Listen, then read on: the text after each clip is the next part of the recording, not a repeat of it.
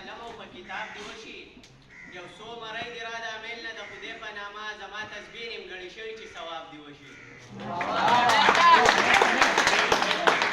ټولو نه اول خو ډېره مننه چې ما له دلته وخت راکړو چې زه تاسو ته خپل شعرونه وړاندې کړم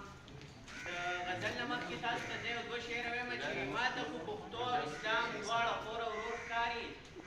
ځکه مې یارانو په پښتو ایمان راوړی